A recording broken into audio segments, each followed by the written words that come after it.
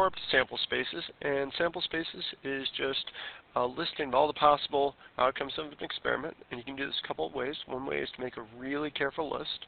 Another way is to create a tree diagram. And this here, if you were to look and roll two dice, and one would be a 6-sided dice, and one would be an 8-sided dice, then it's simple. You just have to go ahead and list everything. So one here would be the 6-sided dice, and then this would be the 8-sided dice. And so you just carefully go through it, then you'll actually come up with the full list. And so if you also look here, this is important to know because we're going to talk about the counting principle in a second. There's 6 possibilities for the first dice and 8 possibilities for the second dice, so that's 48 total. Now if you look down here, what we have is we have a list of the actual way of doing this with a tree diagram. Now in a tree diagram, you just list every possibility, and that's what it is here. 1, 1, 1, 2, 1, 3, 1, 4, 1, 5, and there should be a 1, 6 there as well. So let me fix that right now. I think I went ahead and copied over it. So there should be a 1, 6 right there. Sorry about that.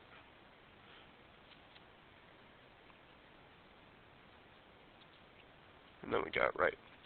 So you need to be careful. That's the message. You need to be careful here. So otherwise you will forget things. So these are all the possibilities. They're just listed in a little bit different form than they are up there. So same sort of idea though. Now the counting principle is just if there's m ways of making one choice and n ways of making a second choice, then just m times n is then there's m times n ways of making both choices. So, for example, if Mary is playing what to wear and she has 5 different colored shirts and 4 different colored skirts, then how many different outfits can she make? Now, assuming obviously we don't care whether the outfits clash or are ugly, we're just counting up the possibilities. So all it's going to be is it's just going to be very simple. It's going to be 5 times 4, which is equal to 20. She can come up with 20 outfits. Now, if you look here, if she also has to choose shoes, and one more time here, we do not care if they match or not. We just want to figure out how many outfits she can make. So then it would be 5 times 4 times 10 in this case, since there's 10 pairs of shoes. So she'd be able to make 200 outfits. It's a lot of outfits.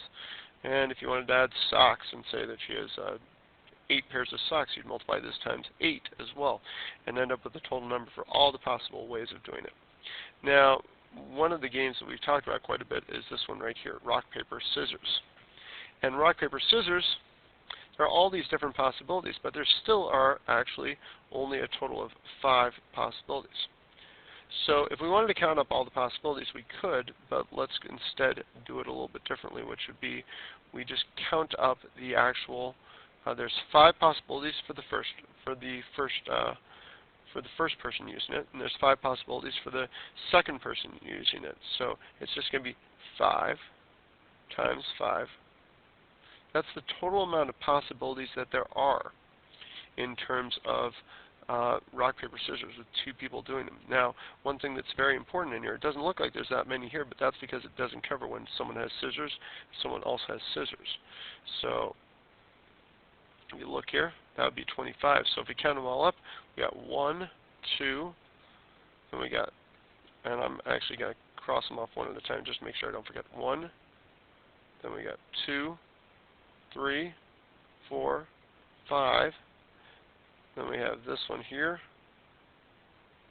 6, 7, 8, 9, and so then we have so that's 9 possibilities, 10. So that's 10 total possibilities. Now, how does that work out? Because 10 possibilities, well, yeah, that makes perfect sense. But the problem is this, is that you're not taking into account what if the other person, instead of person 1 choosing, as this person 1 choosing scissors and this person 2 choosing paper, then if that's the case, then that's great. But what if it's instead the other way around? And what if it's instead of that, it could be that it's the other way around, and that instead it is going to be the person choosing scissors would be, in this case, over here we got this one choosing scissors and this person being 1 the second time around. So this could be 1, or this could be the second person choosing. And up here, this could be 1 or the second person choosing it. And so that actually doubles the amount. So you actually have 10 and 10. And then you have 5, because what happens if you have is 2 people choosing scissors, or 2 people choosing rocks? So that works out to be 25, which is completely reasonable and logical.